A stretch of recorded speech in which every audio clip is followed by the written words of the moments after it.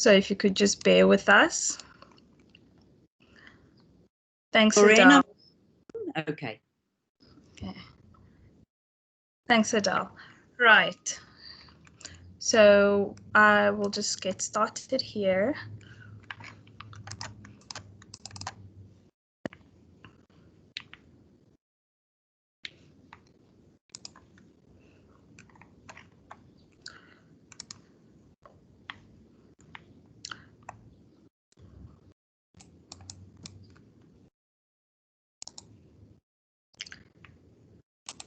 So if you can please confirm with me if you can, in the chat session, if you can see the screen right now. It should be the presentation on, yeah, should be a presentation screen. I can see it. Thanks, Adele.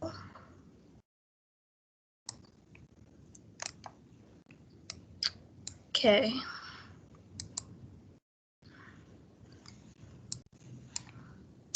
So welcome to the first session for ENG3702, the facilitation sessions for this semester.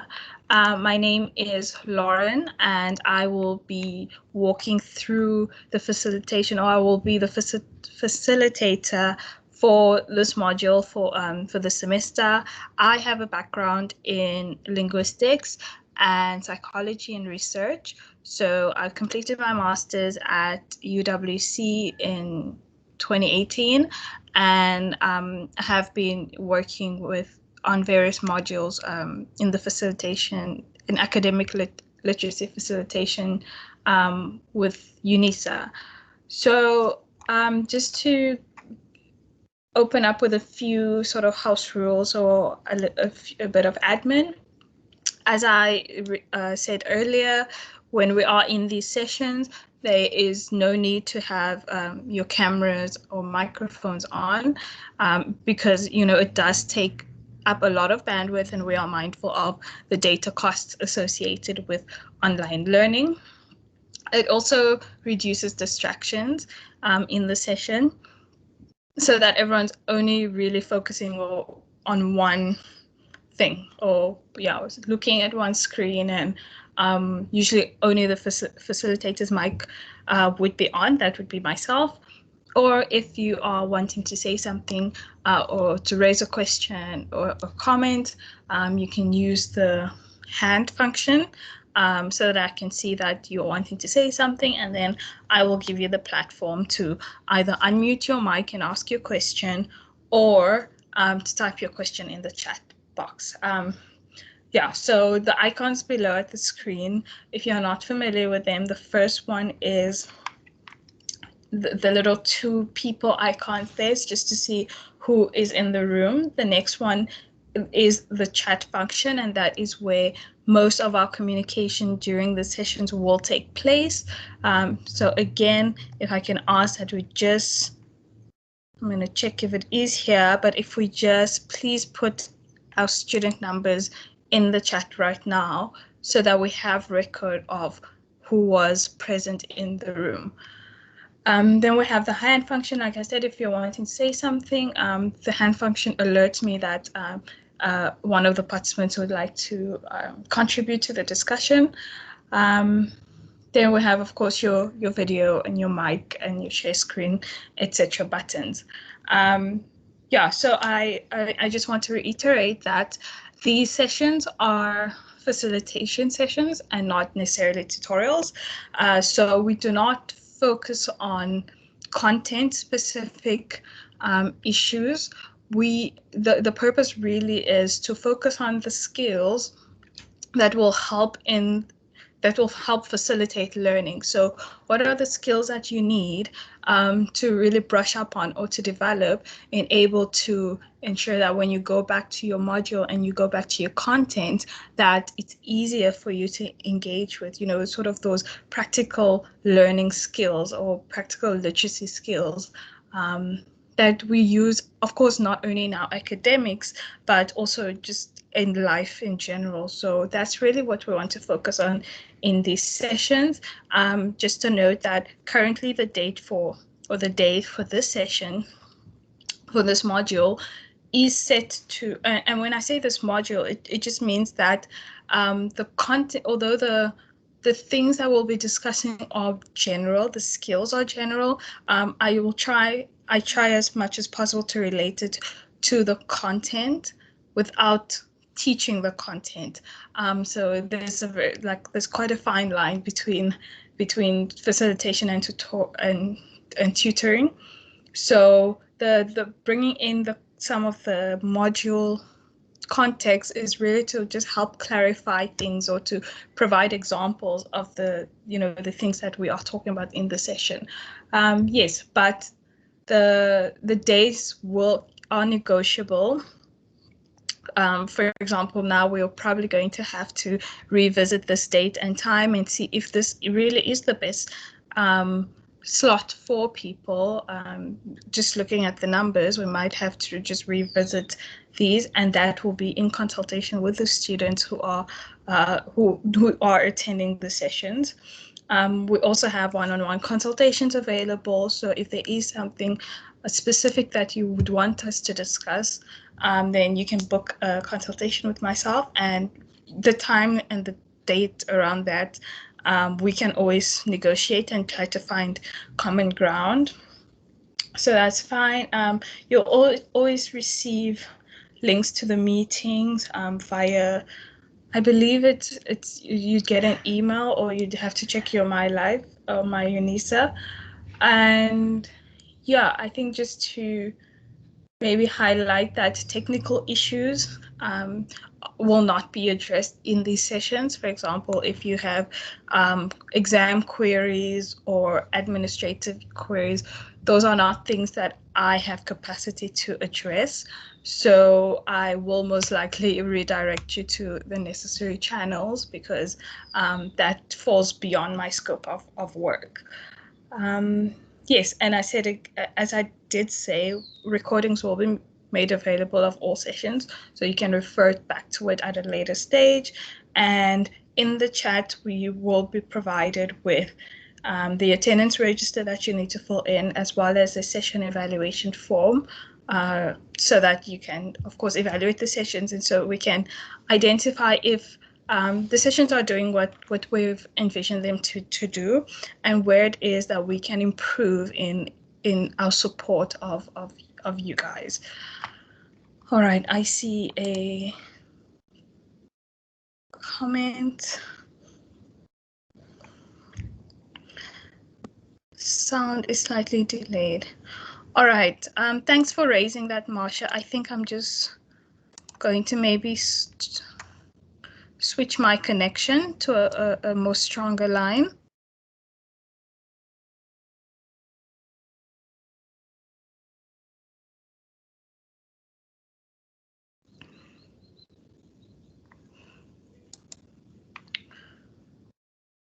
All right, I hope that's better. If everyone is still with me, I am going to continue.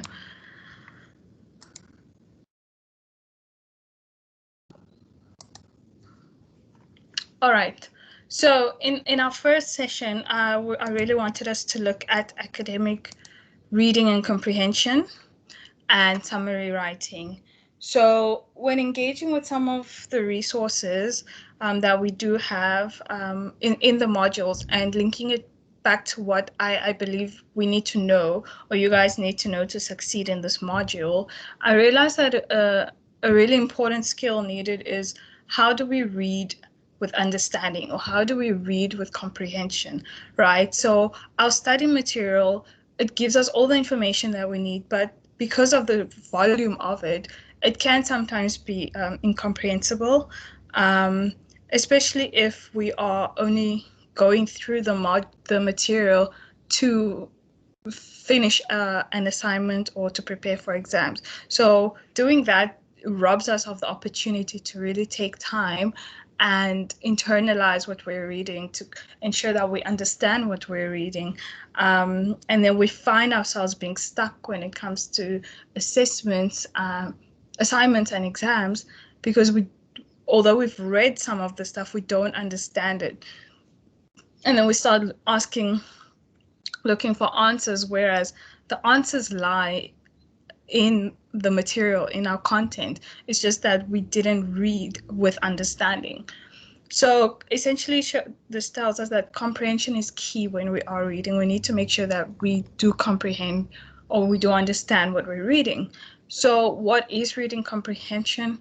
Really, it's the ability to understand what we're reading. And it sounds so simple, but I think it's one of those things that we underestimate. But it's really being intentional and active when you're reading, not just reading so you can get through 4 or 5 pages, but reading and really absorbing and taking in what you're reading and being able to extract meaning from the text and to really understand what's the main message here, what is the author trying to tell me. Because it's once you understand what the main message is that you can really critically engage with what you are reading, that you can be able to make links in your head about what you're reading. And that's very important. So why is it so important why is reading comprehension so important? Well, it is important for a lot of reasons, but I think I've touched on a few of them.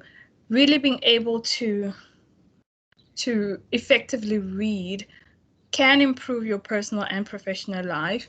It can also improve just the experience of reading. I think a lot of the times we feel like reading is this big job that we just have to do so we can pass an assignment or pass an exam.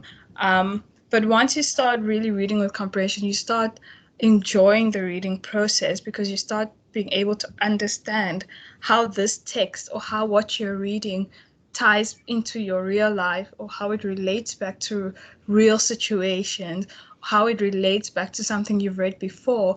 And by the time you come to an exam, you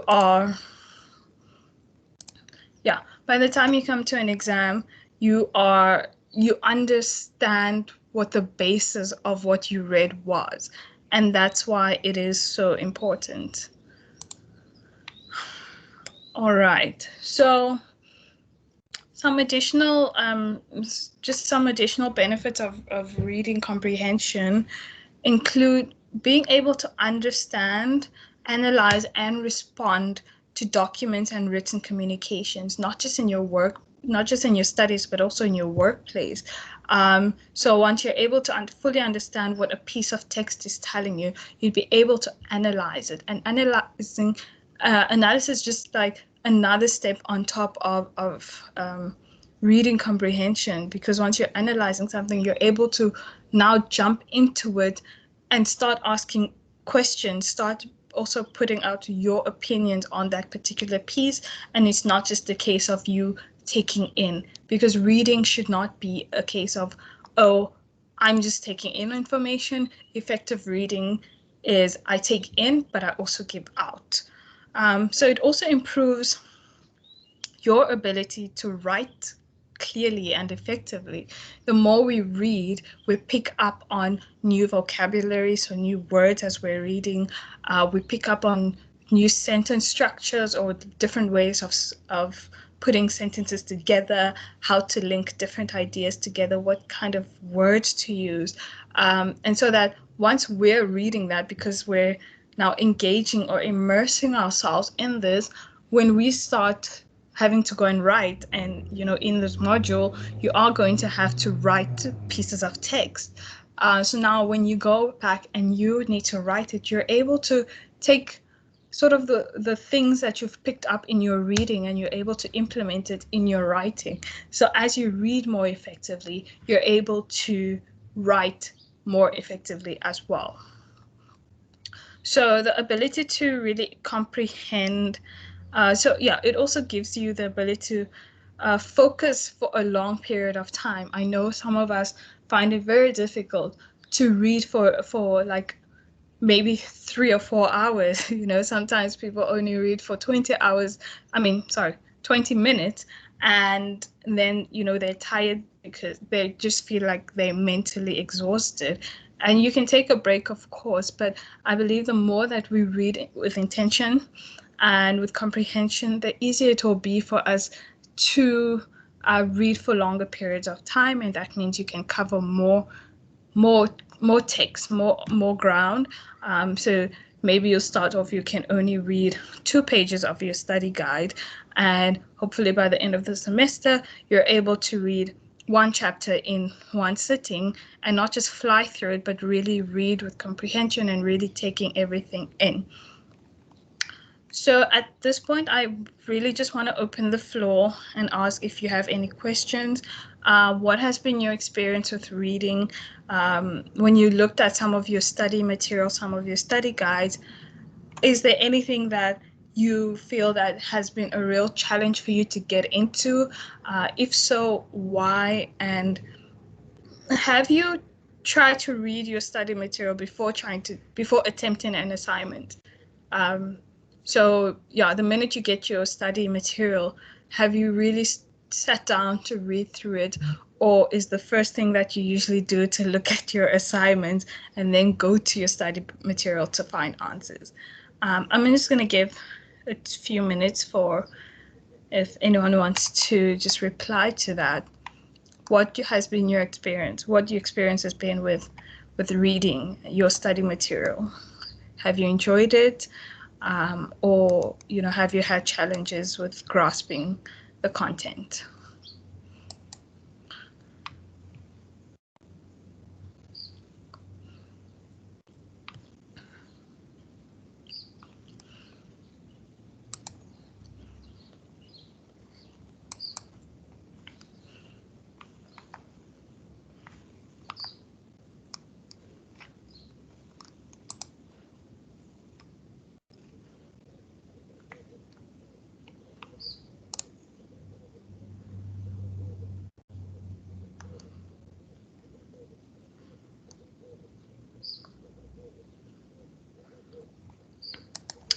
Okay, I am going to continue. I don't see anything in the chat, so I'm going to just move on.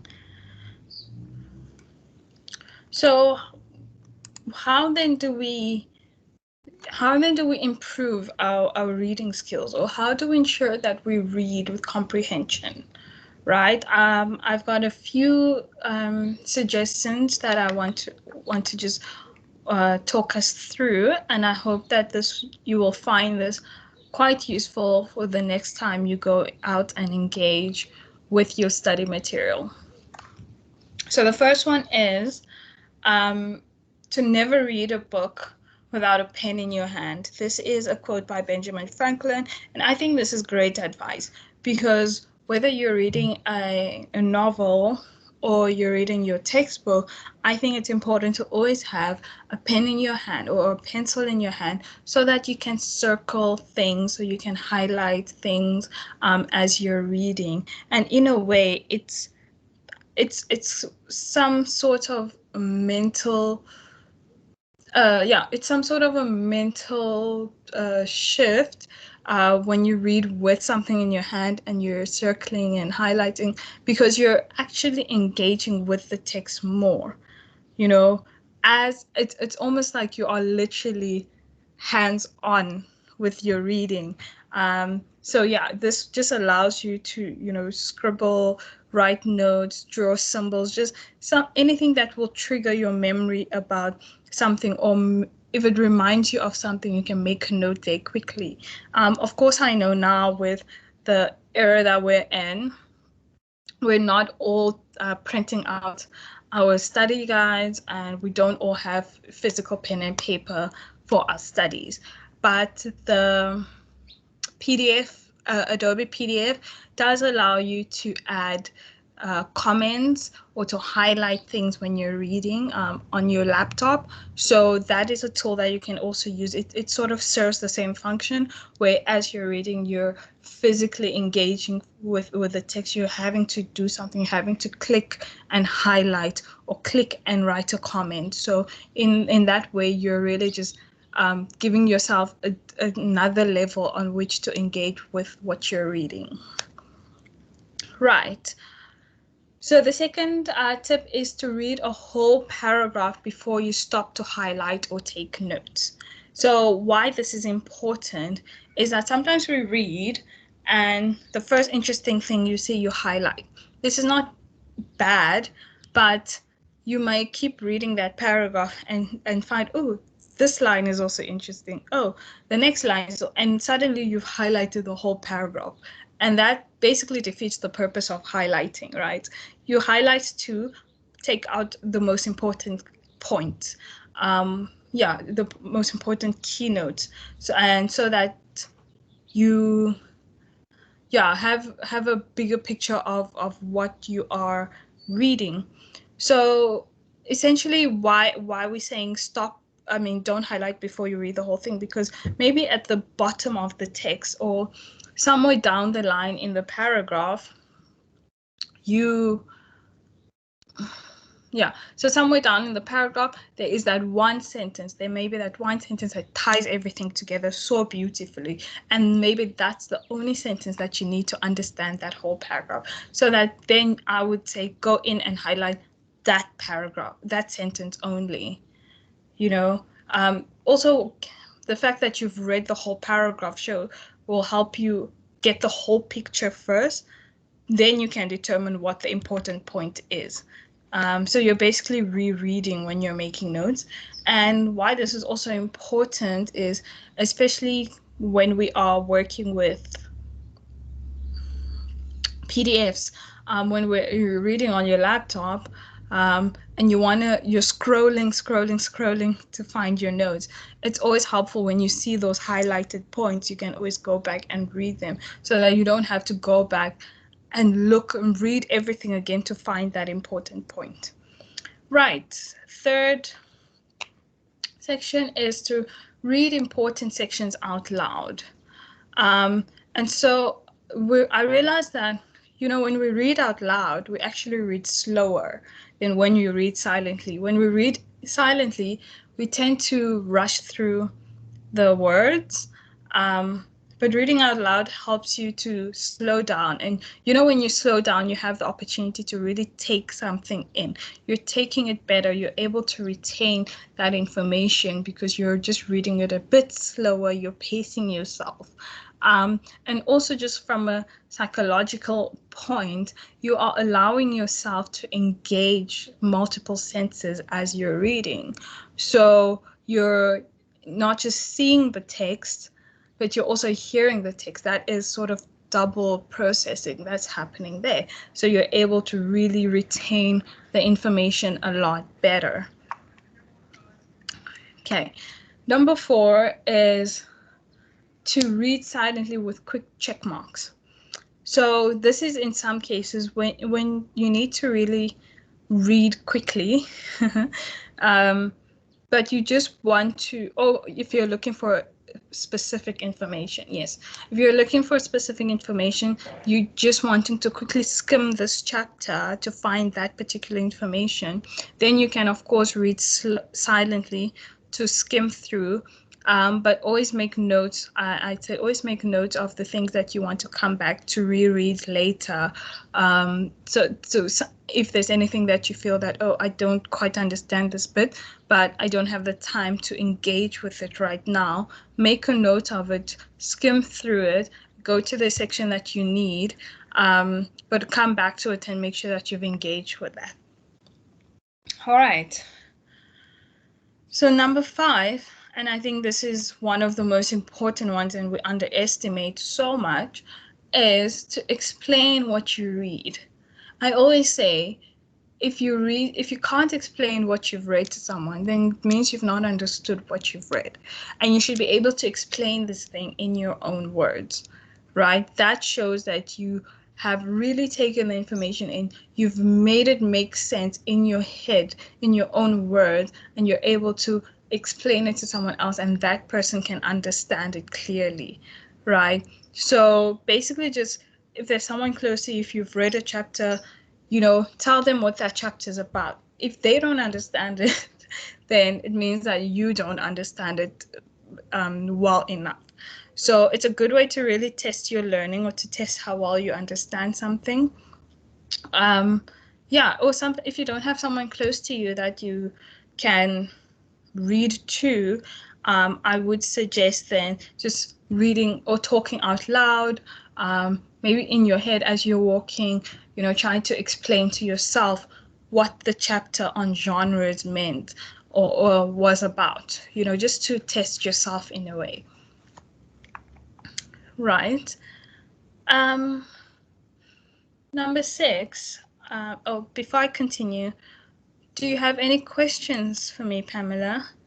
I see you are in the room.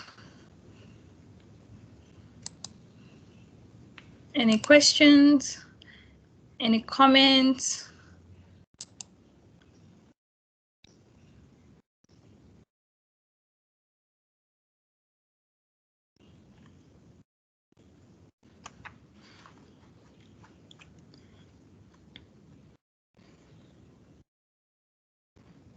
All right, I'm going to continue. So number 6 is to break up the reading into smaller sections. So sometimes we get overwhelmed by the volume of the text that we have to read through, right? We get so overwhelmed when we see, this chapter is 37 pages long and I need to read the whole 37 pages just to answer 2 questions in my assignment. And that can be very overwhelming. So I would suggest just breaking it down into smaller chunks, right? And making sure you say, okay, within the chapter may be 37 pages, but the first topic is 1.5 pages.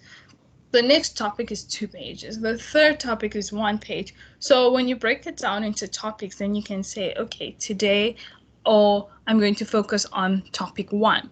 Tomorrow, topic 2, just depending on how much time you have. And for this, I just want to highlight the importance of giving yourself time to read, because reading is not a process that you can rush. I mean, you can rush through it and read, but there's no guarantee that you're going to be able to retain and understand what you have just read. So allowing yourself just pacing yourself really helps to take things in, to retain that information, and to really allow your brain to focus on one thing at a time. And I just want to give a quick tip on, if you're preparing for your assignment, to really try to work back. If you see that your assignment is due in 2 months and you need to read chapters 1 and 2 for that assignment, work back when you're going back to your study guide or to your textbook. Break down your text, break down your chapters into topics, and then allocate times to when you will deal with each topic, so that by the end of the 2 months, or maybe a week or 2 weeks before submission, you have read and engaged with all of your content. You understand the topics, so that when you sit down to do your assignment, nothing is new to you. It's all familiar things, and you already have a very in-depth understanding of what the topic requires of you. Right, so that's what we mean when we say just break down your reading into smaller sections. It also just, from a psychological perspective, it makes you feel better once you're able to finish a certain topic, finish a certain topic. It gives you momentum to move on to the next topic, as opposed to waiting to finish all 37 pages of one unit or one chapter. That can slow you down. That can sometimes demotivate you, because you're like, oh, I've been reading this chapter, but I'm not moving. I'm still on the same chapter. But if you can say, oh, the past 3 days, I actually finished 4 topics of this chapter, it gives you just mentally that motivation to keep going. All right. So number 7 is to pay attention to summary words. So your summary words are things that usually are at the end of your paragraph, and they signal sort of that an important point is coming, or a putting together of main points. So you'll have words such as therefore, or as a result, or in conclusion. And these words will tell you that, okay, we're reaching the end of this topic. This is the main thing that the author wants you to know. And those are things that you can usually highlight because it gives you a sense of the takeaway that you need to have at the end of the day. Yes. And then number 8 is to circle or underline keywords in a sentence. And I think this goes back with number 1, when you are reading with a pen, that you are, of course, highlighting things that you feel are important, words that you want to come back to, or words that you feel that, or sentence that really just summarizes everything together so nicely. Just make sure you underline or circle those words. You can also circle, underline words that you don't understand. And this becomes important because it's not just a matter of circling a word because you don't understand it, but really pausing right there, taking out a dictionary or going onto Google, typing in the word, and really getting getting the meaning of that word, so that the next time you come across that word, you know what it means. I know a lot of times when we come across words that we don't know in a text, we just read past it in the hopes that the rest of the sentence will give us an idea of what that word means. And usually it does. Usually the context of a sentence can let us know, oh, this is what that word means. But you might struggle if you come across that word in a different context, that doesn't have that sentence in. Then you might not know what that word means. And I mean, one of the great things about reading is that it increases your vocabulary. So this is the ways that it does that. You come across a word that you don't understand, you pause, go and find the meaning. Now you have an added 1+ word added to your vocab that you can use in any other context, right?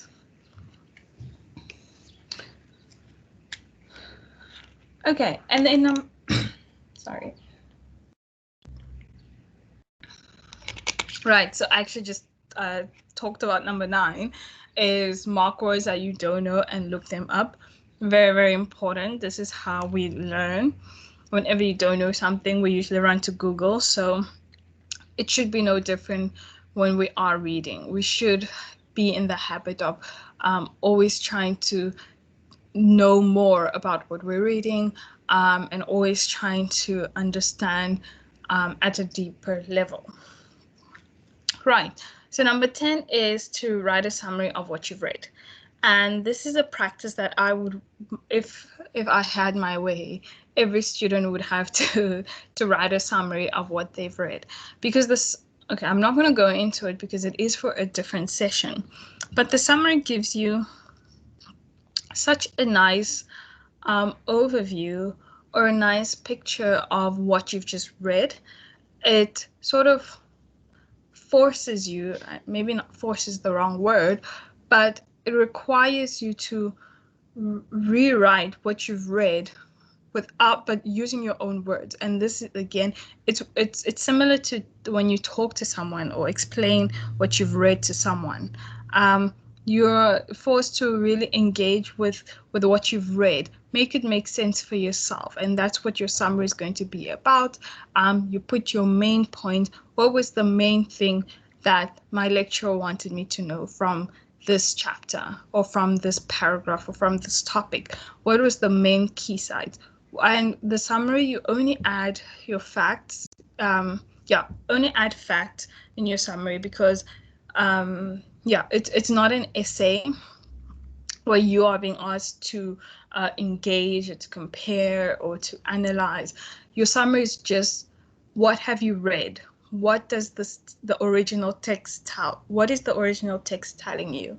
And then you rewrite that in your own words, of course. So you paraphrase, and that you can actually use your summary as revision notes for exams or for your assignments, because you would have now read and engaged with this content. You wrote your summary with all your main points so that you're not necessarily needing to go back to your textbook and reread the whole chapter. Why? If you've done that already, if you've engaged, if you understand it, and you have your summary notes. Your summaries can really help you, and I really want to recommend that you start adopting this habit or this practice of making summaries of every topic that you read. It's really, really helpful. And I always say that especially for exam time, I always say that exam time is not a time to learn.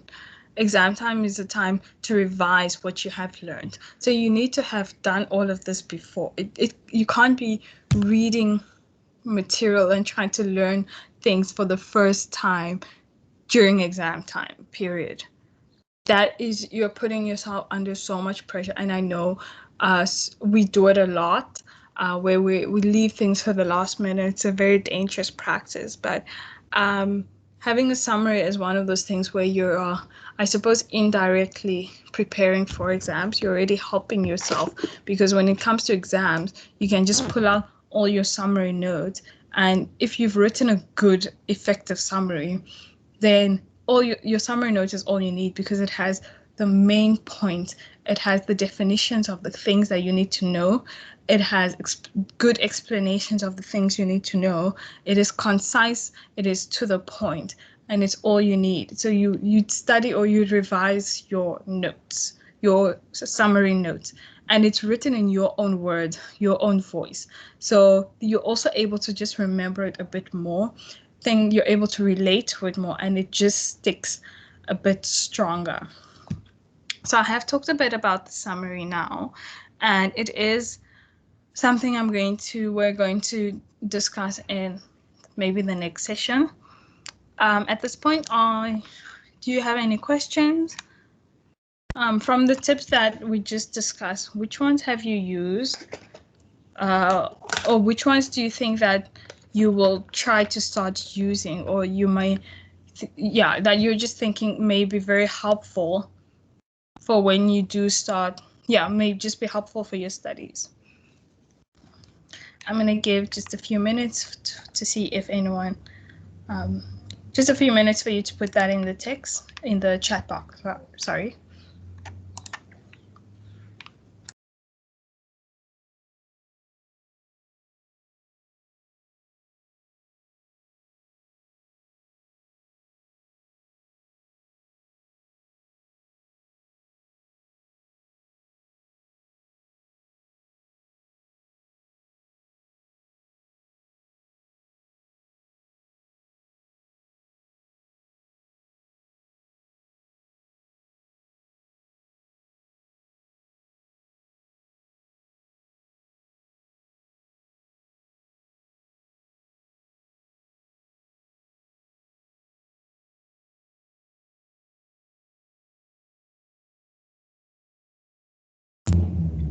Okay, I don't see anything coming in.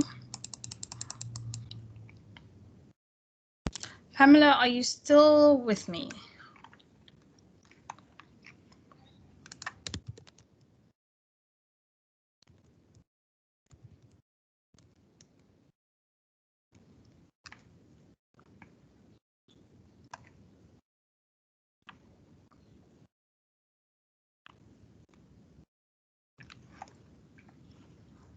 Okay, I'm not sure if you're still with me, but I'm going to maybe start wrapping up the session. So we will talk about summaries at a later stage. So I'm not gonna go through the. Hello? Hello, I'm still with you. Okay. Oh, you are with me. I don't know. Have you seen, if you heard when I asked if you can please put your student number in the chat? Can you see the chat box at the bottom? No, Oh, are you on your phone or on your laptop? I'm on my phone. Okay, so there should be, let me just check. On your phone at the bottom, there should be a little box with 2 lines on it. It says chat at the bottom. A box with 2 lines. I see. Yeah, it's like a chat box. Chat Sorry? box. I see the what looks like a message box or what Yeah, a message box. Yeah, exactly. on top of my phone on the screen. Yeah, so if you can click on that, then you can type in your student number.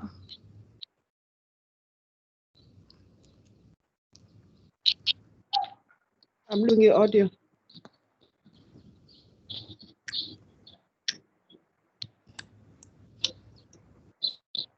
Are you able to type that in?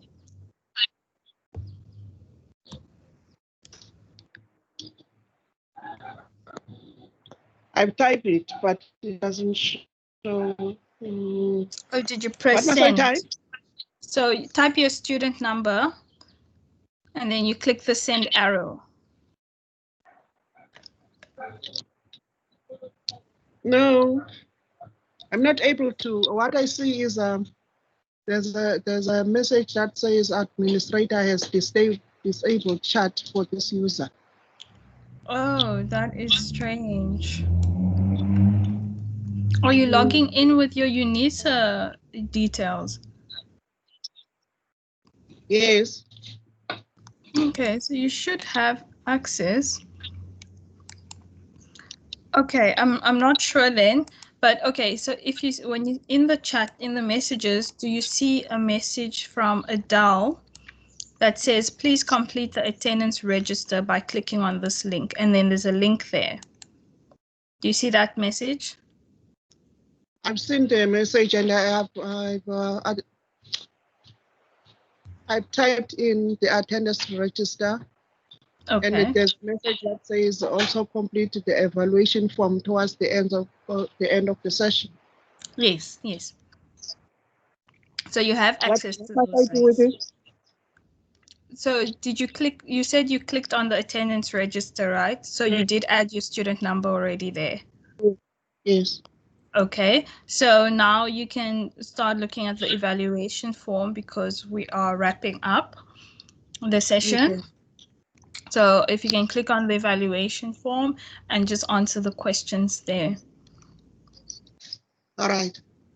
Thanks, Pamela. So maybe from, if I can just get a sense from you, from what we discussed today, is there anything that from your side that you picked up that you feel you want to discuss some more, or some difficulties that you've been having with your modules that you want us to look into or to discuss? Because we do have one-on-one consultation that we can do together. Not really. Not really, but I've taken a lot of information in because when I first studied this module of English 1502, I had difficulty in understanding many of the things that I was reading. Mm-hmm. But as I go along, and I would use my module for English 2602, Okay. so I would understand better. Yeah. Okay, that's great. I hope that today's session was helpful, and in the next session, I do hope that we'll be able to just engage more and for us to do more practice, because with English, it's not just a matter of listening. We need to also engage, and we need to do some practical things so that you can get used to reading different types of text and also writing different types of text. Yeah, so that's what we're going to do Okay. in our next sessions. All right. Okay, Pamela. Well, just if you can please just fill in the evaluation form. The next session will be next week, probably at this time. But if anything changes, you will get a notification. And yeah, I think that's it for today. Okay. Okay, so the evaluation form is there for you to fill in. Thank you so much, and I'll speak to you next week.